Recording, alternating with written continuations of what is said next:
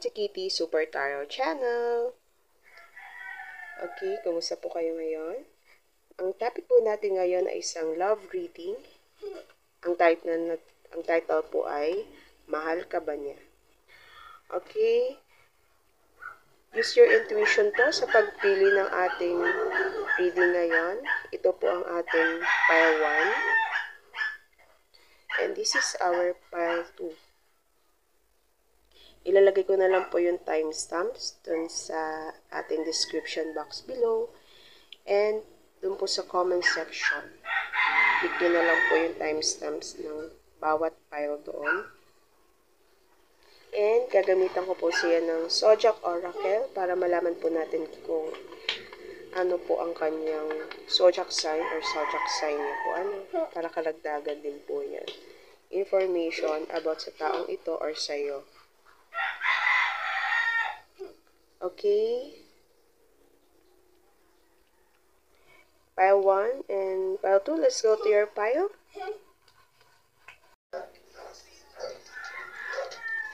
Hi group 1. Pile 1, this is your reading. Okay. Ilalagay po muna natin ang mga cards mo sa table.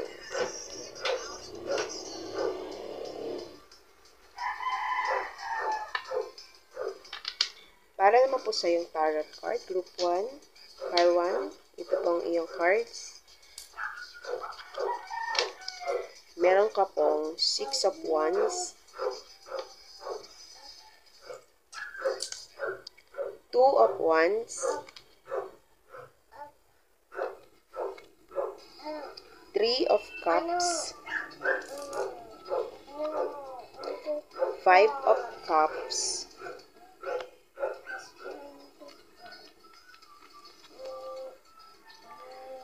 Knight of Pentacles.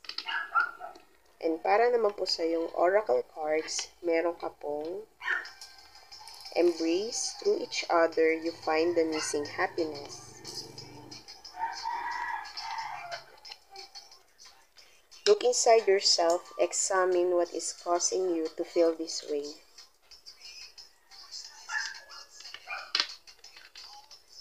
Criticizing one another will only lead to further unhappiness. Love and accept each other as you are, and your relationship will magically transform. When it comes to matters of the heart, there is no right or wrong.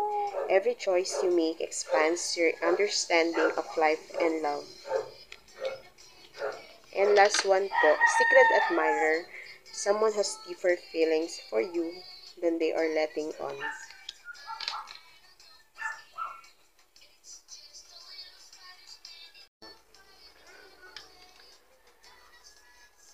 Okay, pile 1. Based sa cards mo ngayon, si person mo siguro, nakilala mo siya sa circle of friends. Circle of friends mo. Pwede rin na parang friends kayo, mag-best friends. Pwede rin namang sa school to, sa trabaho, kaibigan mo siya. Acquaintance. Pwedeng acquaintances. Meron kayong same na friends, kaya nagkakilala kayo. Ngayon, tinatanong mo pile 1 kung may feelings ba sa'yo ang person na to. Masasabi ko lang pile 1, meron. Sabi kasi dito, secret admirer. So, pasikreto talaga ang taong ito pile 1. Maybe secretly na gusto ka niya, pwede rin na may paramdam na siya sa'yo base sa kilos niya, pero hindi ka sure kung tunay ba na meron nga siyang feelings sa'yo. Itong person na to, pile 1, hindi siya makalapit sa'yo, hindi niya magawa yung action na gusto niyang gawin. Pwede kasing hindi pwede sa inyo pile 1, or hindi kayo pwede. Pero pile 1, destined na makilala mo ang person na to.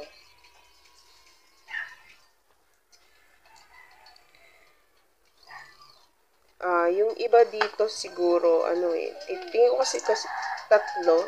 So, baka may third party.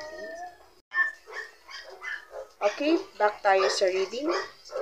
Saan na tayo? Okay, yung sa third party. Hindi ko naman tinotolerate kung may third party, pile 1. Pero kayo yung gumagawa kasi ng desisyon sa buhay nyo. Bali, isang gunin nyo na lang sa Panginoon kung siya ba talaga at tama ba yung gagawin mong desisyon.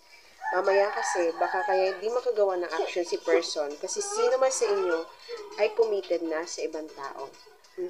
Pero siya nakikita ko dito, pile 1, may nararamdaman si person sa'yo. Namimiss ka niya, hinahanap ka niya, naalala ka niya. For some of you naman, na alam mo namang single itong person mo, wala siya tinatago, sin parang kilala mo na talaga siya matagal na. Yung wala kang nararamdaman na duda. Siguro kaya di siya gumagawa ng action kasi nasa moving on stage pa si person mo. Baka siguro kaka-break lang niya, kagagaling lang talaga niya dun sa breakup and naghihilom pa siya. Hinihilom pa niya yung sa heart niya. May di feeling siya para sa'yo, itong person na ito, and gusto ka niya. Maring itong person mo, pile 1, naglulok within pa din siya dito. Kasi ikaw ito. Undecided siya kung where to go, kung dito sa kaliwa or kanan. Pero, ramdam niyo, pile 1, ikaw yung missing piece niya. Siguro may distansya lang kayong dalawa, pile 1. Pero, may nararamdaman na dito na deep regrets mo rin si person.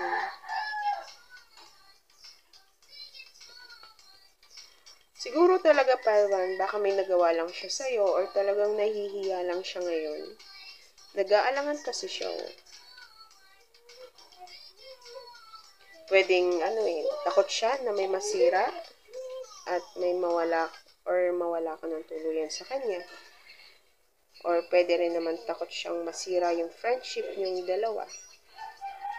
Masira ulit or masira yung tiwala mo sa kanya. Kasi pwede rin namang matagal na kayong friends ni person mo. Nahihiya siya kasi alam mo na siya, kilala mo na siya, kilala mo na rin yung kalokohan niya. May iba dito kilala mo na yung kalokohan niya, so baka maisip mo daw na hindi siya seryoso kapag nagtapat siya ng feeling sa'yo. Baka sabihin mo lang na joke lang yun.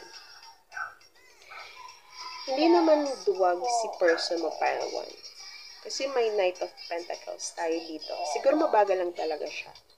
Gusto niya sure kapag i-offer na niya itong puso niya sa'yo, yung commitment, itong Pentacles. Para kasing tinatansya pa niya yung pagkakataon. Ang tanong lang, kung magtagpo pa kaya kayong dalawa dito. Kasi pwedeng mag-move on ka na sa ibang place. Mag-move ka na sa ibang place. Or mag-move on ka na sa kanya. At may makilala na ikaw na ibang person na para sa'yo. Lagi kasi may surprises ang kapalaran natin ng tao. Okay, thank you so much, pile 1. Ay, okay, malilimutan ko Kuha muna tayo dito sa ating Oracle, Zodiac Oracle, para malaman ang sign mo or sign niya.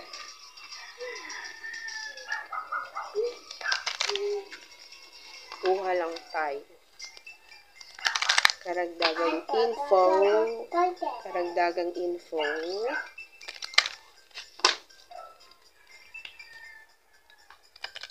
Okay.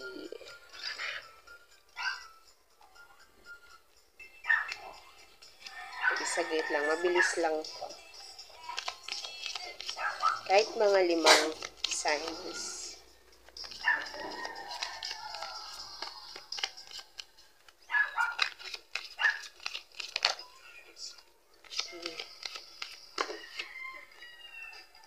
Last.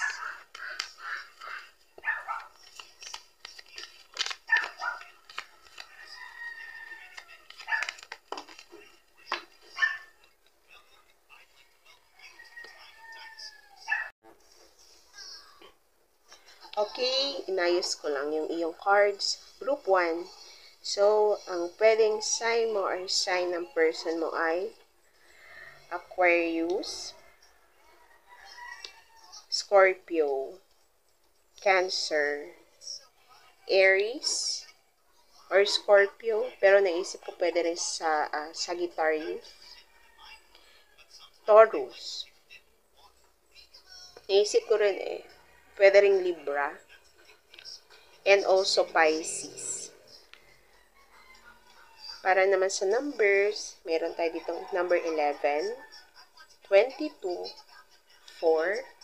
17, 16, and 21.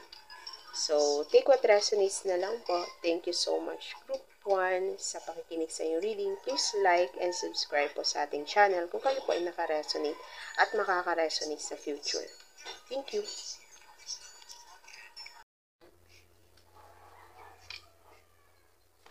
Hello, Group 2. Hello, Pile 2. Para po sa iyo na nakipili ng ating Pile 2. Okay, ito po ang cards mo. And mamaya po kukuha tayo dito sa ating Zodiac Oracle para malaman ang Zodiac sign mo or Zodiac sign ng person na ito. Okay. Ilalagay na po natin sa table ang iyong cards, Group 2. Para sa iyong tarot card, meron ka pong the Star, King of Cups,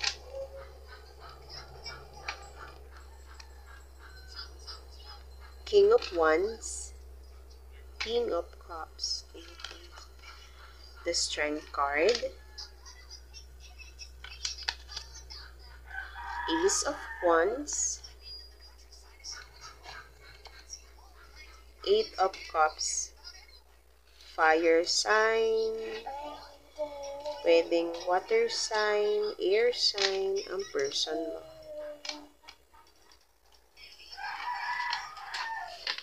Para naman po sa iyong oracle cards, meron kang My beloved, though we may be physically apart, spiritually we are always united. For love transcends space and time, nothing is missing.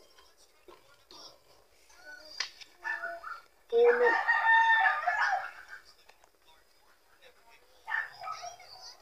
Manifesting miracles. Your dream is soon to become reality. Trust your heart and continue to follow its guidance.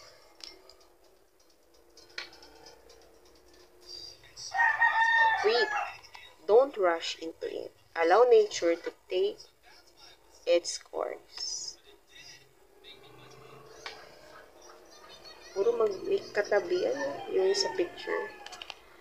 Emotions are natural, necessary part of life, but they can also distort your perception and cloud your vision. In order to see things clearly, you must let go of resentment. Playfulness, laughter is the best therapy. Have some fun together and remember love is the greatest healer. Only time will tell daw. Okay. Okay, Pile 2. Pile 2. Love ka ni person mo. Maring, in relationship siguro kayo. Kaya siguro dun sa mga pictures kanina, kadalasan may magkakasama, magkatabi dun sa pictures na lalaki at babae. Itong person mo, ipinagdasal ka niya na makilala ka. Umaasa pa rin ang taong ito na maayos ninyo ang relasyon na to. Siguro kasi Pile 2, nito mga nagdaan, may mga nangyari na hindi kasama sa plans ninyo. Maybe may mga na-cancel kayong plans dito. Siguro maaling sa inyo nagtatampo na kasi laging hindi natutuloy. Itong tinatanong mo Pile 2, pwedeng water sign siya, air or fire signs. Pwedeng Aries or Leo. Aquarius. Yan, pwede yan. Sabi sa cards, mahal ka niya Pile 2. Siguro pagod lang itong person mo. May mga bala kasi siya pero parang hindi pa niya kayang maisagawa ngayon. Gusto ng person mo, happy lang kayo. Ayaw na niya ng away. Ayaw na niya ng gulo. Kung may mga nasabi sa'yo, itong person mo, halimbawa, masasamang nasabi or pwedeng ikaw din, maaaring nadala lang kayo ng emosyon and disappointed lang. Maybe pile 2, tingin mo sa person mo is player siya kasi gusto niya ng independence. Pero dito wala akong nakikita na hindi siya seryoso sa'yo. Wala rin naman ditong, yung card na parang nag-cheat. Wala naman dito eh. Pile 2, magkalayo man kayo sa physical, pero umaasa siya na ma-manifest niya yung relasyon na pangarap niyong dalawa. Nakikita ko dito na, holding on kayo ni person mo. Kung parehas kayo binababa yung pride nyo, tama yun, pile 2. Kasi equals kayo dito. Sandalan nyo yung isa't isa sa lahat ng bagay at sa matagal na panahon na ito, marami na kayong pinagdaanan. Gusto ni person mo pile 2 na maibalik yung dati. Medyo naging boring siguro kasi yung relasyon nyo at walang bagong ganap. Parang yung sa pang-araw-araw na lamang nagawain, siguro maybe makakatulong din yung pag-spend ng time nyo sa isa't isa or mag-set kayo ng date sa labas. Parang bumabalik sa pagkabata. Ay nung mga dalagat binata pa kayo. Meron dito sa inyo, nagiging defensive. Maybe kung may na-cancel, baka na-stress kasi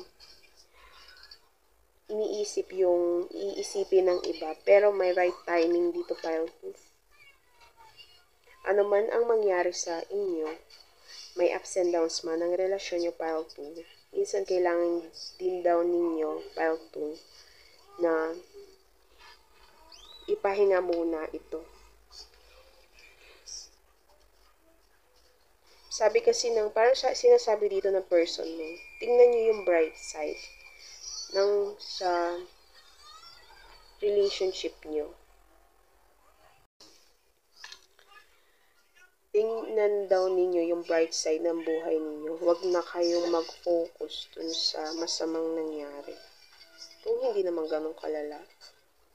Naka-blindfold dito eh. May iba sa inyo parang may ayaw aminin si pile 2. Ay, pile 2 ikaw?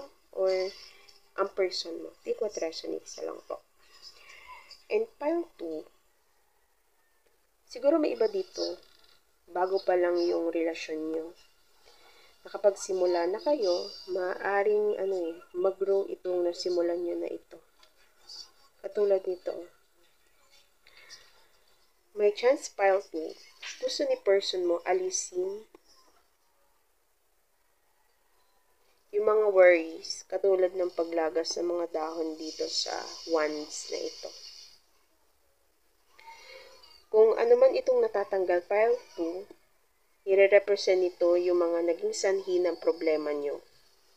May ba siguro gusto makipag-iyos or makipagbalikan? Ikaw na umalang pile 2, take what resonates na lang po dito sa reading. Kung kayo'y break or magkasama kayo pa din, pero malayo lang kayo, as in parang LDR. Okay, pile 2. Kunin na po naman natin ang iyong Zodiac Oracle cards. Tingnan po natin ang sign ng person mo or sign niya. Kahit mga 5 sigurong cards or 6.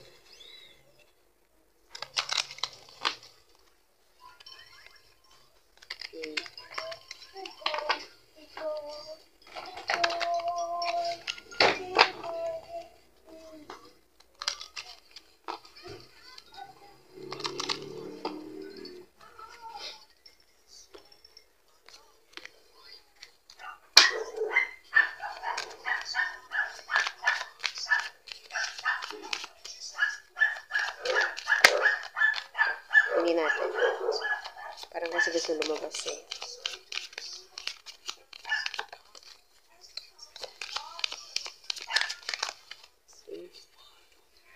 Fire sign nasa ilalim. Okay, ayusin ko muna.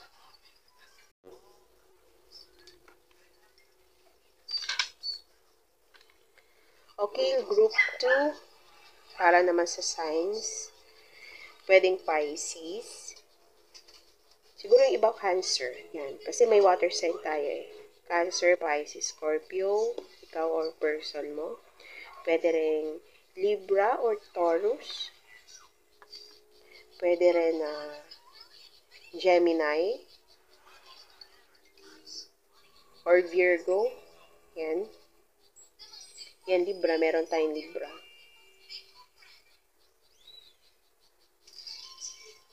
May iba siguro dito, Earth sign. Kasi papansin ko dito yung kulay brown. Ikaw nang malam. Taurus, Capricorn, Virgo. Tapos meron tayong fire signs. Leo, Aries, and Sagittarius. Para naman sa numbers, meron ka dito 21, 12, 24, 16, 15, 23, at 7. Take what resonates na lang po.